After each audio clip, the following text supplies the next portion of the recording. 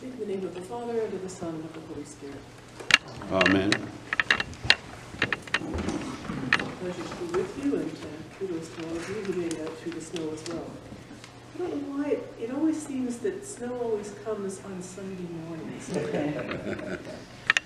It's a happy coincidence that the epistle for today, which is the third Sunday after Epiphany, is so well suited to this being the Sunday at the end of the week of prayer for Christian unity. Because 1 Corinthians 12 is all about the church being one body, literally like our human bodies, with each part playing an important role in the activity of the whole. For the church, this is shown by the fact that the Spirit gives us different gifts, each of which is to be used in harmony for the good of the whole. No one is more important than another, but each contributes something to the good of the whole. In fact, Paul suggests that those who don't seem to have very great gifts are actually the ones that may need to have the most attention paid to them. And this analogy, this metaphor, can readily be applied to a parish. A healthy parish is one where people identify their God-given gifts, which helps people identify their God-given gifts, and makes space for them to exercise their gifts in the service of the whole community. The parish community, but also the wider church and the wider neighborhood, city, and country in which they live. I've also found this image of the body and different gifts a comforting image for how it is that God tries to make the best of the fact that we Christians are divided from one another. I spent most of my ordained ministry working as an ecumenist, working for the visible unity of the Church of God, both here in Canada and in the Anglican Communion. I had a diplomatic, political, sociological, historical, even psychological job. It got me into the details of what our various Christian communities have done to one another over the centuries, of competing visions of the church, of varying interpretations of the Bible, different emphases in theology. It's easy to get lost in the details of those, and even easier to lose sight of the goal. But the basic theme of ecumenism is simply this, that all Christians are called to be saints together, to be one body, and it is Jesus' own prayer for this church that we all may be one. I'm sure you're aware of the agreement of full communion with the Evangelical Lutheran Church in Canada. And what's distinctive about this agreement is that it doesn't try to make a megachurch. It doesn't try to make everybody all the same. Each church is left to govern itself, to worship, to appoint clergy, to respond to the world in its own distinctive way. But at the same time, there are no barriers between us. Lay people and clergy alike can worship and serve in the other church. What this agreement signifies is that diversity in the body of Christ is actually a good thing, not an obstacle to relationships. This isn't very different from the situation in which the early church grew.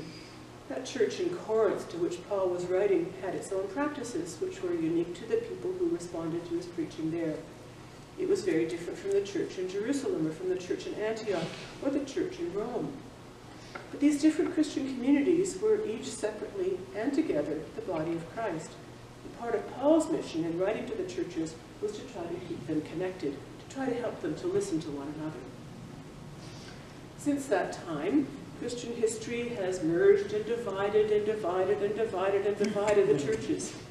There are more than 350 members of the World Council of Churches, and that doesn't even include the Church of Rome, which has, a fair size to it, or most Pentecostal or evangelical churches. It was once said of American Protestantism that its ultimate goal is for each person to become their own denomination. Churches have often been divided by issues of doctrine, but actually far more often the divisions are due to the usual things that divide people: race, language, ethnicity, poverty, national allegiances. We want to gather with our own kind even when we worship, and that's not actually what Christ is calling us to do.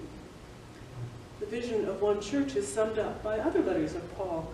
By baptism, we are no longer identified as male or female, Jew or Gentile, slave or free.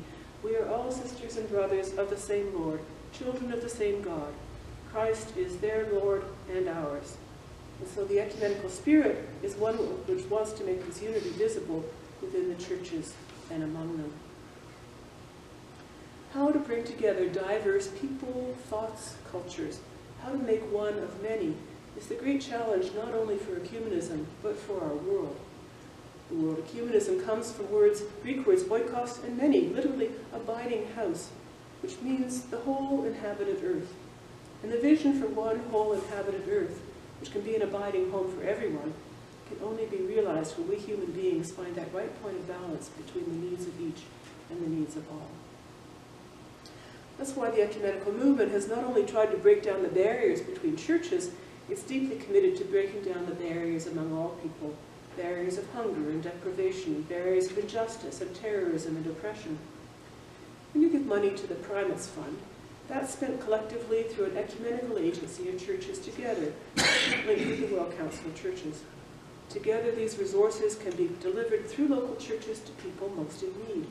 It's one way together that we're living out the calling of Jesus, just as he read it from the prophet Isaiah in today's gospel. The Spirit of the Lord is upon me because he has anointed me to preach good news to the poor.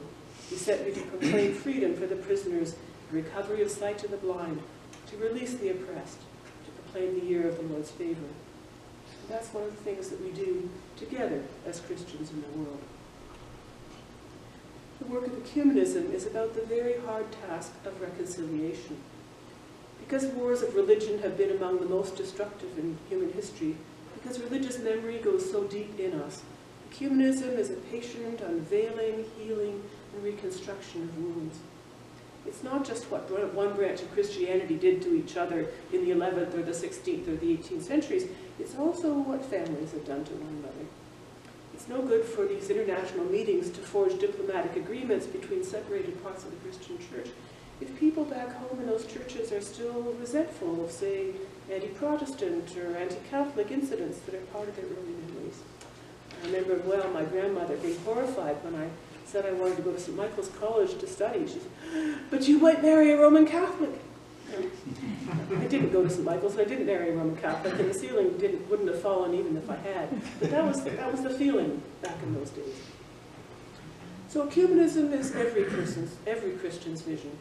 It's part of our self-examination to look at our attitudes of people of other religious expression to see if we are really treating them as brothers and sisters. They're siblings. They're quirky, perhaps like our own siblings.